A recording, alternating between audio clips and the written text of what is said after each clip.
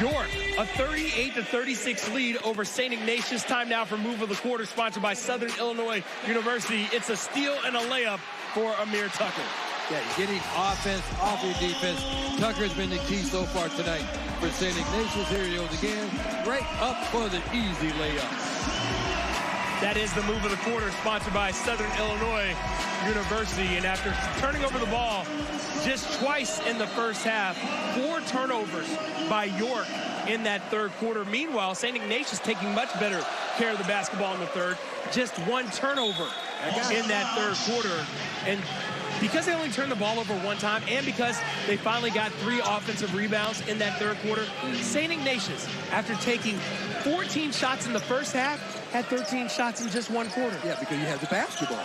You didn't turn it over. Luby thought about the 3 instead. Will kick it back out to Rennick. Poku. Spin move. Going baseline. Tries to leave it for Stepanich. Guarded by Bolte. Looking to go in the lane. Turnaround. No, he'll leave it for Luby. He gets rejected by Caldwell. Offensive rebound, however, and a foul is going to be called against St. Ignatius. Thought it might have been a hell ball there, Jenny. Tucker was saying he wanted a jump ball. Here it is again. But look at the nice bounce pass. Back cut. Oh, you know, it was the push. Yeah, it was the push from behind. Is that what he called it? Nope. You know, I thought the foul. They called it on Duke Ross pushing Rennick from behind after the shot. So here's York, a 2-point lead. 7 minutes and change away from advancing to Champaign.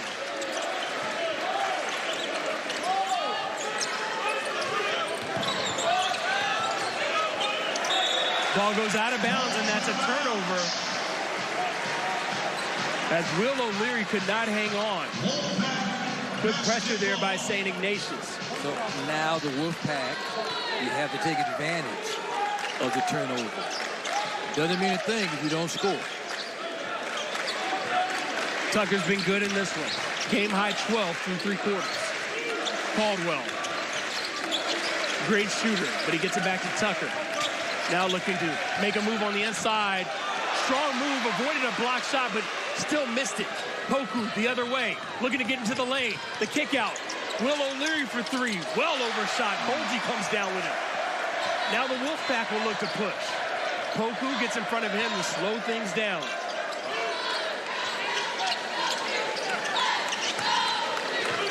Here's the 4th. Working on Rennick. Had a cutter, missed him. Now back out.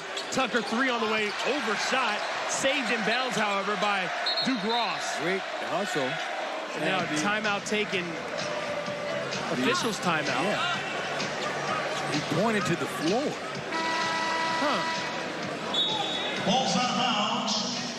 I don't know why he blew the whistle. No, and now the officials are saying what's going on with the reset. One official wanted to inbound it on the sideline. Now they're having a conversation about the baseline. But why did he blow the whistle?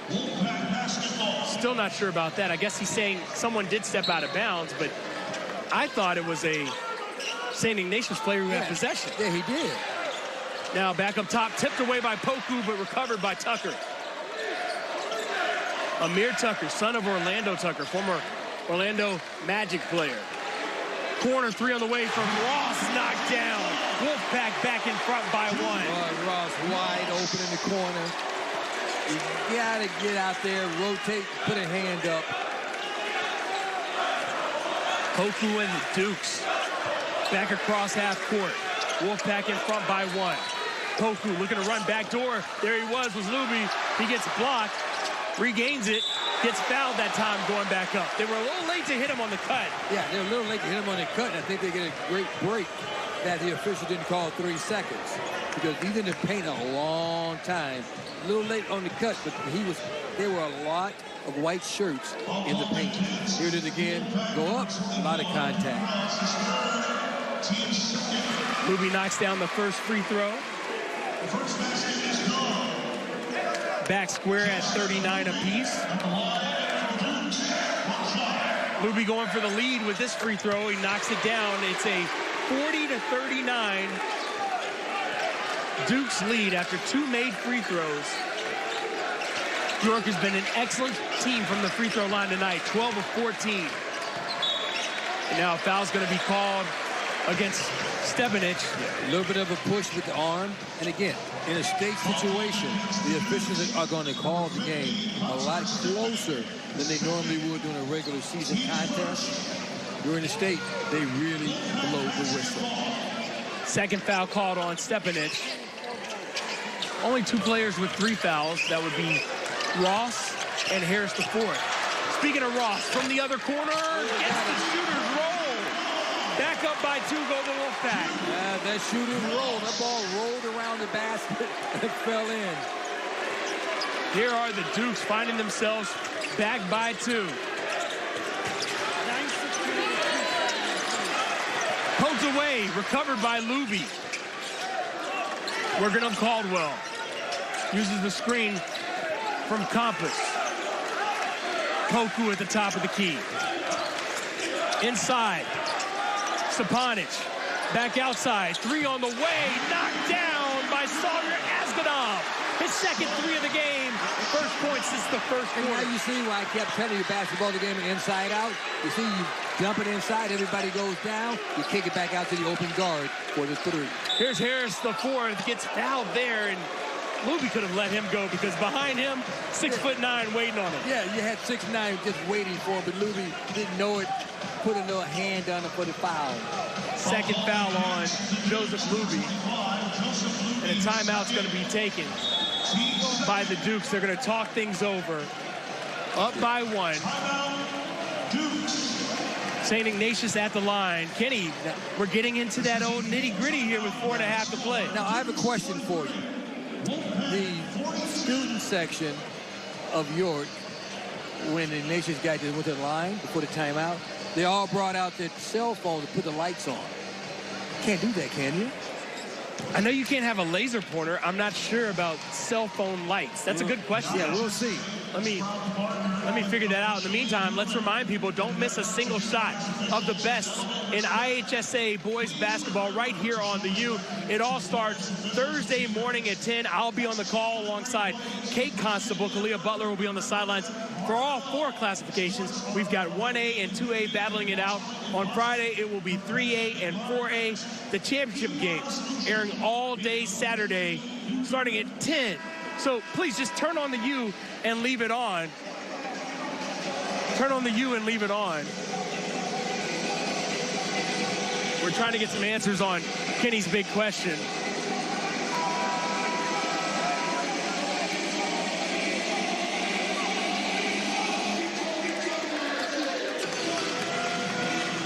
Getting ready to go back to the free throw line. Kenny's getting an explanation on the cell phones.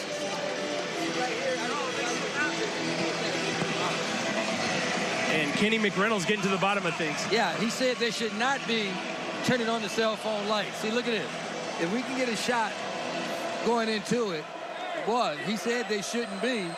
But he didn't say anything to anyone. So the cell phone lights stay on. It doesn't matter. It doesn't matter. For Napoleon Harris IV, he knocks down the shot. Yeah. You know what? That's pretty creative. I'm gonna just say that. And now you look at Coach Malone. Look at Coach. And a second shot is made. So it doesn't make a difference. But Coach Monroe went right to the same official and said, hey, get the lights on. 1 point lead for the Wolfpack. Poku being guarded by Harris IV. Inside. Compass leaves it short on the reverse. Rebound by St. Ignatius. Golden opportunity missed by the Dukes. What a game, Kenny. We thought it would be. Here's Tucker. Crossing up one player. Gets it back. Tucker now into the lane. Turnaround. Spinning. Leaving it short. Compass pulls it down. Poku will bring it up court. On the court along with Compass, Asgadam, Luby, and Stepanich. Compass, Stepanich. Here's Poku looking to drive. Instead, leaves it for Luby, who'll turn around. 3 on the way. No. Loose ball pulled in by Bolte. Chris Bolte's been quiet in the scoring column, but he has had an impact. Long 3 by Caldwell to stretch the lead to 4. Timeout taken by Mike Dunn. York will talk it over with 3:17 to play. The sophomore, Caldwell. Look at how wide open he is. Here it is again. Look, nobody near him. He's wide open. You got to take that shot. Nobody's there. No hands in your face. You have to take that shot. And a big timeout taken out by York. Caldwell's got the green light. He hit 2 threes against Curie in a big win in the sectional championship game, 71-65. And of course, Curie, the public league champs. That game went to overtime. The path to get here for St. Ignatius: Argo, then Kenwood, then Simeon, Chicago Public League. Yeah. Boy, look at this. 3-point shooting right here in the corner. Okay. Swing it out. Other side. Roll around. Get the shooter's roll. Swing it back out. Hey, I can do it. You can do it. I can do it as well. So Ascadon making that big 3, but right now St. Ignatius with a 4-point advantage. The Wolfpack, you heard Mike Dunn with Kalia Butler at halftime talking about we've got to find their shooters. Yes. Because they're very good at shooting the basketball. St. Ignatius, 16 made field goals in this game, 10 of them from beyond the arc. That's pretty good shooting. So now, Poku will walk it up. Approaching 3 minutes to play in the 4th quarter of the 4A Super Sectional game here at UIC. Credit Union 1 Arena has been popping. Inside, turning around, looking for space against Ross, and getting enough is Rennick. Well, he made space. He created his own space with that big body down low, just pushing the man out the way to get the layup. 2-point game. Harris working on Asgadon. Caldwell just hit the big 3 to stretch the lead out to 4. York able to cut that lead in half. Now into the lane. Tucker sidesteps a man. Corner 3 on the way for Ross. Short. Punched out right back to Stepanich. And now Hunter Stepanich. And the Dukes a chance to tie or take the lead as we approach the 2-minute mark here in the 4th quarter. And you see Coach Dunn said, slow down. Poku being checked by Harris. Luby up top. Their best shooter, their best scorer. Poku to Rennick. He had the last bucket for the Dukes. Poku being patient on this trip. Using the screen from Stepanich. Back out. Asgadon. Pull it out once again, and Poku, and now the St. Ignatius crowd making a little noise as we get under 2 minutes to play. Stepanich surveying. Luby will take a 3 off the mark and trying to get position and holding on as Rennick. That's going to be against Ross. It'll be against Ross. And Ross, that's his 4th personal. Ross and Rennick, they were tied up going for the ball, and the foul's going to go against Ross. But it's not they're not in the bonus. Against the Wolfpack. Number 21, Duke Ross has scored. Team's 3rd foul, so still 2 fouls away from the bonus. Luby gets another look from 3, and this time pays it off. Wolfpack now down 1 after the big 3 from Joseph Luby. 48-47 York. Approaching the 1-minute mark. Going baseline with it, Harris. Caldwell. Inside to Bolte. Looking to put his head down and do work. Gets blocked by Stepanich. Denied. Dukes have the ball and the lead with a minute to play. Poku into the lane. Goes up underneath and turns it over. Tried to drop a dime to Stepanich. But the bounce pass might have been a bad idea. Yeah, at that time, the bounce pass was a bad idea because he was so far underneath the basket, it didn't have anywhere to go. So now St. Ignatius down 1 with the ball. Time running down. Timeout taken by Matt Malone. Fresh off his 200th win as a head coach at St. Ignatius. 201 gets his team a trip downstate to Champaign. Well, now, do you run the clock down? Say, hey, let's take a shot with just a few seconds to go. So if we miss it, we get a chance at an offensive rebound.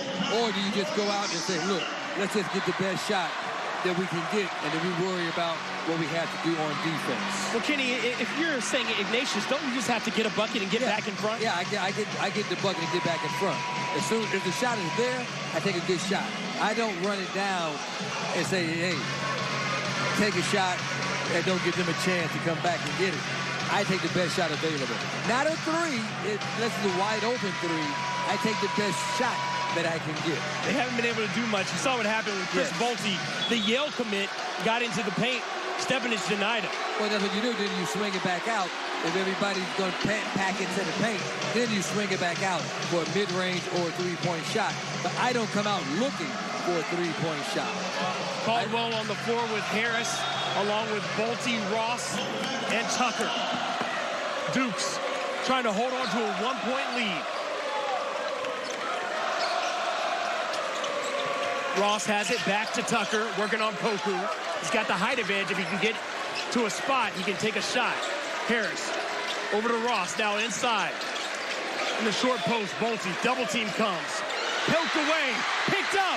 Luby on the move, lays it in. Three-point lead. The clock continues to run, under 20 seconds to play. York up by 3, and a timeout taken by Matt Malone. Oh, the turnovers have been a bugaboo for St. Ignatius all night.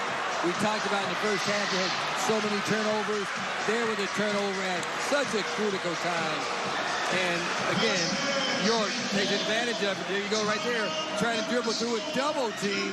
Couldn't get through the double team, and there's comes Luby. And we talked about him in the open. He's had a great postseason. He's really taking his game to another level. Here he comes with the steal, pushed from behind. They didn't get the call, and he gets the layup. But that is a crafty move. He's like, I'm on a break. If I don't score, I want to make sure I can get fouled. And he was fouled, but they just didn't call it. So a 50-47 lead, York over St. Ignatius. A reminder, this York team has been to the Super 8, where we are right now, the Super Sectional, 3 times in the past. 1962, 1967, and last in 1982, 44 years ago. And now the Dukes have a chance to go to Champaign for the first time in school history. Well, they are 14 seconds away. St. Ignatius now finding themselves down by 3. They've already made 10 threes in this game, and they've had 5 different players make a three-pointer. Well, look for a three-pointer here. 14 seconds left. Nothing quick to the basket. No, I think you're going to go try to tie it up. Yeah, especially because there is no clock stoppage after a made basket, so if you fouled, you lose. Way in, a 3 on the way. Knocked down and drilled by Amir Tucker. Tie game. Timeout. And Amir Tucker comes up with the biggest bucket of the day. I love it when they listen to me. Take the three-point shot. And Tucker has been the guy we talked about that they had to get the ball to Tucker because he has a hot hand. Out the timeout, you're swinging. Nobody's there. You got to get out there. You know he's the best shooter on the team. Look at this. Nobody there. You got to get out there. Put a hand up. Tucker, boy, great elevation on his jump shot. You see how high he gets up in the air to get a little more length on that shot. What a shot. What a ball game. We're tied at 50 with 8 seconds to go. 3 white jerseys surrounding leading scorer, 6'7" Chris Bolte, the Yale commit. And I understand why. He's a 47.2% three-point shooter. That's pretty good. But as I said, they have more than one option when it comes to hitting a game-tying 3 in a situation like that. Well, they have so many options, which is great to have when you have guys that can shoot like that. Well, what a shot by Tucker, huh? Wow. Tucker's got that good lineage running through his veins. Again, his dad a star, not only at Wisconsin University, but also playing for the Orlando Magic. He's got a high basketball IQ, and I was told by Matt Malone he can, quote, go off from 3. Yeah. That's a good thing to have. And again, with Tucker, that's a sophomore. So we talk about teams that you might see again next year this time. Tucker's a sophomore. Chris Chitterow is a junior. Duke Ross is a junior. Bolte is the senior, along with Napoleon Harris IV. But plenty of other players on this Wolfpack team were. As for York, so much of their firepower comes from their seniors. When you talk about the bigs in Jackson Rinnick and Hunter Stepanich and Costa Campos. So we have another timeout taken. So if I'm St. Ignatius, first thing you're saying, don't foul anybody. Do not give them a free throw, whatever you do. Stay in front of your man. Stay in front of your man. Move your feet. You cannot foul. Make him take a long shot. But with 8 seconds to go, you should have a chance to get down court easily. Taking a look at how we got here to the end. Joseph Luby gets a steal and goes from end to end to stretch what was a 1-point lead to a 3-point lead. And then needing a 3, Bolte no, Tucker yes. Boy, and you know the way Tucker was moving, it was running into the 3. Hey, Frank, can we see that again? But I love the way that last 3-point shot. That last 3-point shot, I tell you what, he was unbelievable. Yeah. So we're back to 8.2 seconds left. Dukes with Rinnick on the floor along with O'Leary, Poku, Stepanich, and Joseph Luby. Pay attention, he's the inbounder. Yeah, I can see some trail action coming here from Luby. Yep. The most dangerous man is always the one who inbounds the basketball. So now running the inbound play. They get it off to O'Leary. 5 seconds left. O'Leary gets it to Rinnick. Rinnick puts his head down into the lane. Turn around. Up. Off the mark. And we will head to overtime. Rinnick got a good look, but could not get it to go in the paint. He had a great look. He won't get a much better look. That was a well-designed play. I told you 8 seconds is a lot of time to get down court. So that was a very well-designed play. It was a beautiful play. But he had a good look. The ball just didn't go in. Surprised that Luby didn't get a touch there? I'm very surprised Luby didn't get a touch. But also, Napoleon Harris, the fourth, was all over him. But hit the three-pointer to tie it. I want you to watch the way he gets the ball, but see, he's running right here. He's running into the shot. See, that's the key right there. If he's running and stepping into the 3, taking his momentum with him, so he didn't have to stop and set up. They'll swing it to him and say, now, watch Tucker as he's running into the 3. That's beautiful. Beautiful camera work. Great shot there by Tucker. I love the way he was running and stepping into the shot. It makes it a lot easier to make. So York had a chance to escape, and you can feel the momentum stalling now because it feels like they let one get away with a 3-point lead with 20 seconds left. Yeah, but now you just tell them, look, guys, okay, we'll go OT. Forget about that. Forget those last 20 seconds. We have 4 minutes to play. The score is 0-0. So don't worry about that. Let's just get some good shots, do what we've been doing to get to this point. And if I'm St. Ignatius, I'm like, all right, guys, we dodged a bullet. Now let's go take this momentum into this final 4 minutes. Let's do a reset here and understand that foul trouble, only Duke Ross with 4 fouls as we head into overtime for the Wolfpack. It's been a great game so far. 16 lead changes, 10 ties, including one to end the 4th quarter. Tip controlled by the Dukes. Rinnick on the floor with Stepanich, Asgadam, Poku, and Joseph Luby. Asgadam looking to drive on St. Ignatius. Instead, Luby's got in the corner. Getting the screen from the bigs. Now into the lane. He'll turn around, let it go. Nice shooter's bounce there for Luby to get the score started here in overtime. But Luby was also smart to use the screen. There's one thing to have the big guy set the screen, but he's smart enough to use it. He's got a game-high 20 points, this Luby. 2-point lead, St. Ignatius. They have been deadly from beyond the arc. 11 for 19 for the game. Step back, giving it up to Caldwell. Now swung over. Ross loses it. Saved in bounds. And a turnover for St. Ignatius to start the overtime. Well, what he did, he tried to make his move without having the basketball into his hands. You have to look the ball into your hands. Here's Ross being guarded by Rennick. Swung over to Poku. Now flashing is Rennick on the inside, trying to go up against Ross, who's got 4 fouls, able to lay it up and in. A 4-point lead for York. Doing what they do best, get the ball down low to the big guys. Outscoring St. Ignatius 30-10 in the paint. Stripped that time, out of bounds, and will stay with the Wolfpack. Well, the Wolfpack need to score here. Because you're down by 4 now with 2.5 to go. Now looking to get it inside. Tucker will shoot a 3 from the corner and knock it down. Is he deadly or what? You asked, he answered. Yes, he is deadly. So Amir Tucker, after hitting the game-tying 3 to send it in overtime, opens up the score for St. Ignatius with another 3. Shooting 60% from 3.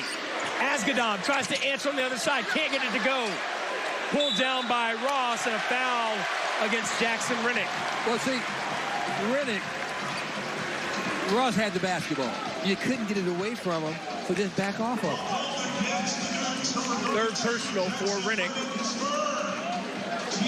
Well, that's tough because he had the ball.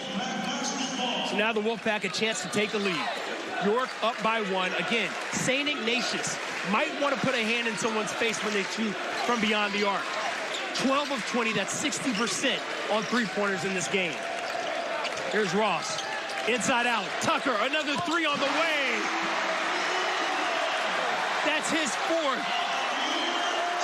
Amir Tucker has put the Wolfpack back in front by 2. He's got 21. He's now the game-high scorer. Batted away, ahead to Harris. He lost the dribble inside and fouled on the way up is Ross. And all of a sudden, St. Ignatius on the defensive end had to step a little quicker and he gets a steal. It's going to be a timeout by York. So with 1:32 to left, Duke Ross at the line with a chance to make it a 2-possession ball game with 2 free throws. The Dukes came out, scored their first 4 points of overtime, and the Wolfpack respond with back-to-back Amir Tucker 3s. Well, I tell you what, Amir Tucker, is he deadly or what? They just kick it right back out to him, and again, nobody's there. They just swing it right out to him. The guy is the best 3-point shooter on the floor. You would think you would get out on him and rotate a little quicker to get back out on him. What a shot by Tucker. What a game.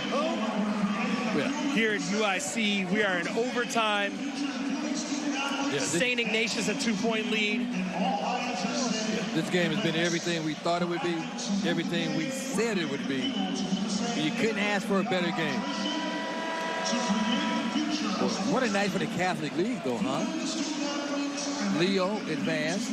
DePaul College Prep advanced. Bennett advanced. Wow. And Marist also advanced. And to understand that they've hit 13 of 21 threes. 5 different players have hit a 3. They're shooting 62% from beyond. That's and very impressive. Mike Dunn warned us. And Mike Dunn and Matt Malone, these 2 head coaches, they are friends. They came up together in the assistant ranks, got friendly with each other, and remained friends now as head coaches. And now only one of them can advance to Champaign. And right now, St. Ignatius in the driver's seat with Duke Ross at the line. Misses the first free throw.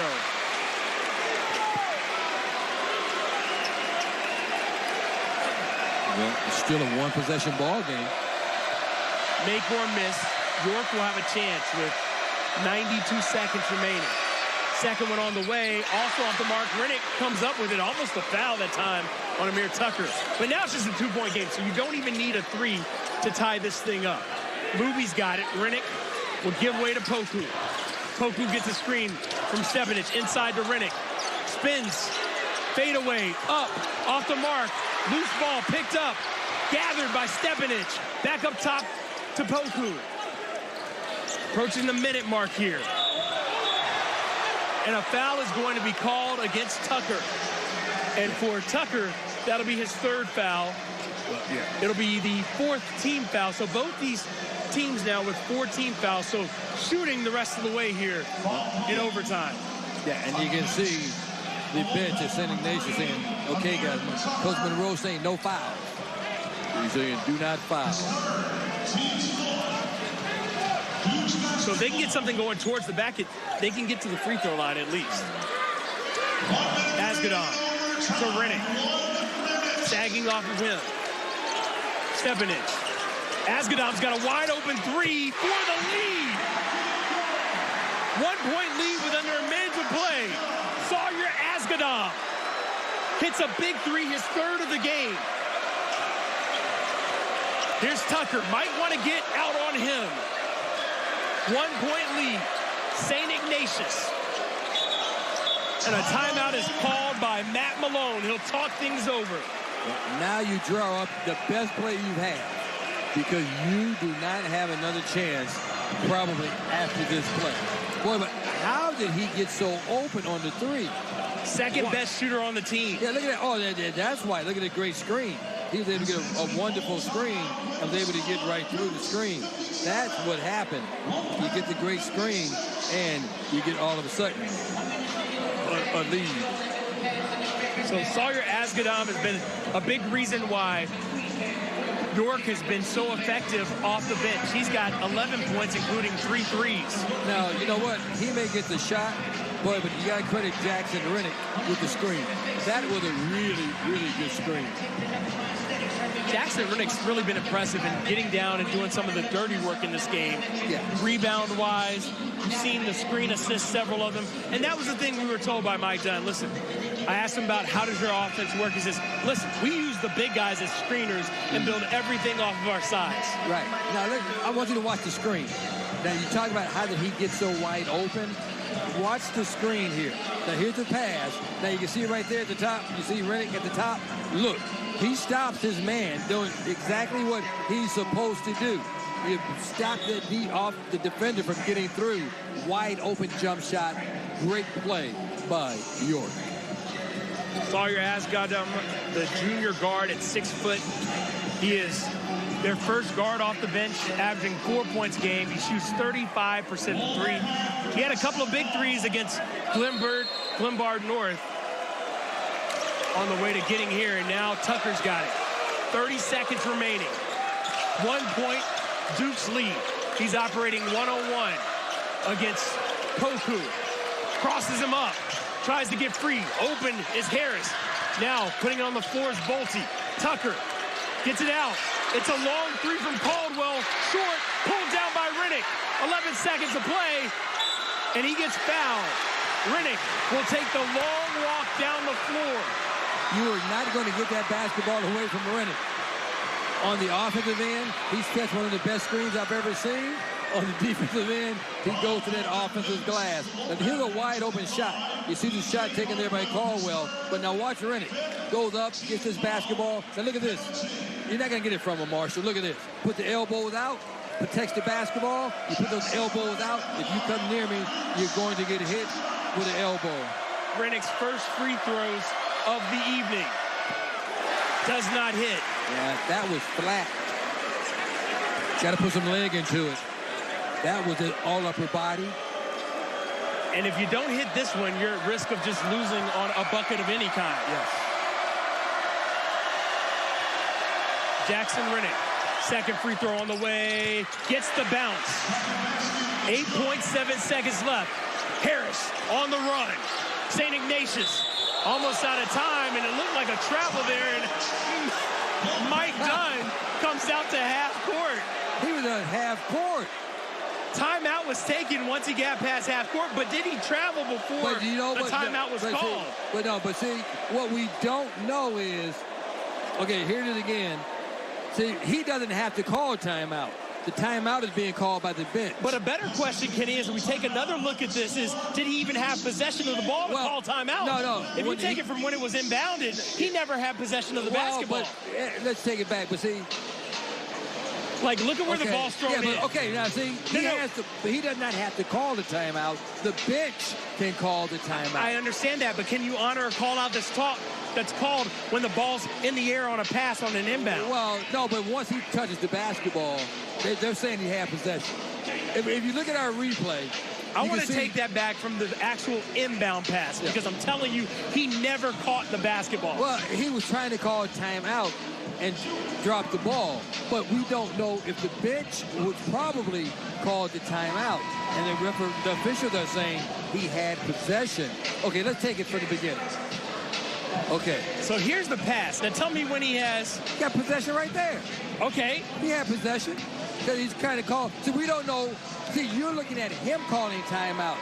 If he's dribbling the basketball, the bench can call timeout. Well, my question would be, if it was the bench calling timeout, it should be beyond half court. It should be in the back court. It should be in the back court, yeah. So 5.9 seconds left, and a timeout in response to the timeout. Yeah. York called a timeout. They saw what Ignatius wanted to do when they lined up. So now... Now, if you're saying Ignatius, do you draw something up different? No. Stick with what you have. I think I stick with what has to be my best play because you have to score here. So you have to draw up what you feel is your best offensive play.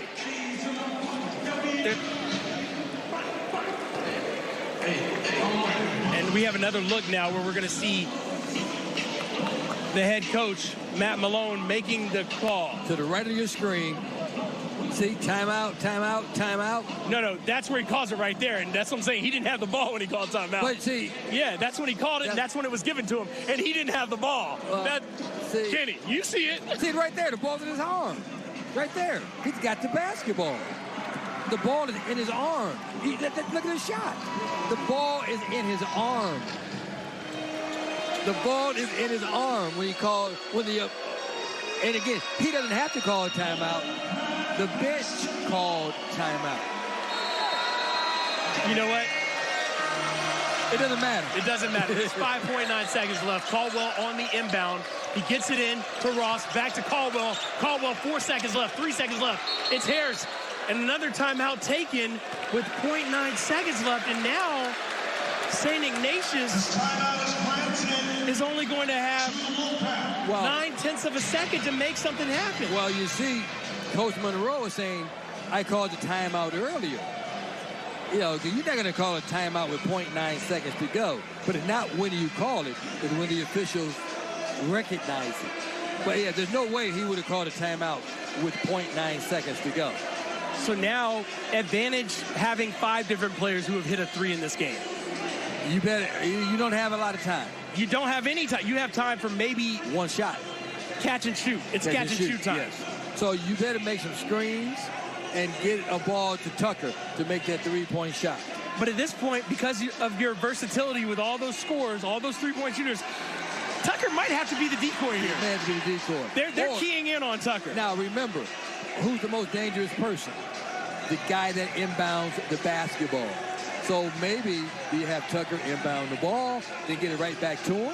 I think they'll have Caldwell or Bolte inbound the ball. Well, I'll be happy with Caldwell if I'm Ignatius to take that shot. And certainly Bolte as well, if that's the way it goes. But I think they're going to have Caldwell inbound this basketball. Caldwell, one of the guys who has hit a 3 in this game. Timeout, York. And another timeout. Well, you can't take it with you, so you might as well use it. This is true. Both teams, by the way, in case you were wondering, now out of timeouts. This is a 30-second timeout called by the Dukes. And a matchup of the minds.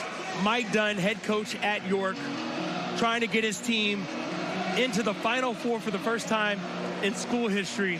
Meanwhile, St. Ignatius, they were here back-to-back times downstate, now trying to go back for the 3rd time in 5 years. Wow. I tell you, this game is so good, so exciting. It's really almost speechless. 0.9 seconds to go. Remember, the most dangerous guy, the guy who will inbounds the ball, and that is going to be Caldwell. I'll say this, if St. Ignatius has been working on the same play, they should have it down. No mistakes. Yeah, no mistake. So a series of timeouts. I get it right back to Caldwell. 5.9 seconds. They're not even going to guard the inbounder here. Coming forward is Bolte. Instead, they get it to Tucker. He'll throw it up. It's off the mark. It hits rim, but it doesn't fall through. And the Dukes, for the first time in school history, will head downstate.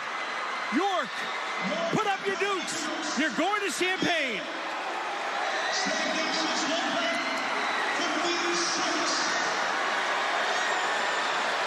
Here's the last shot. This is a really good shot.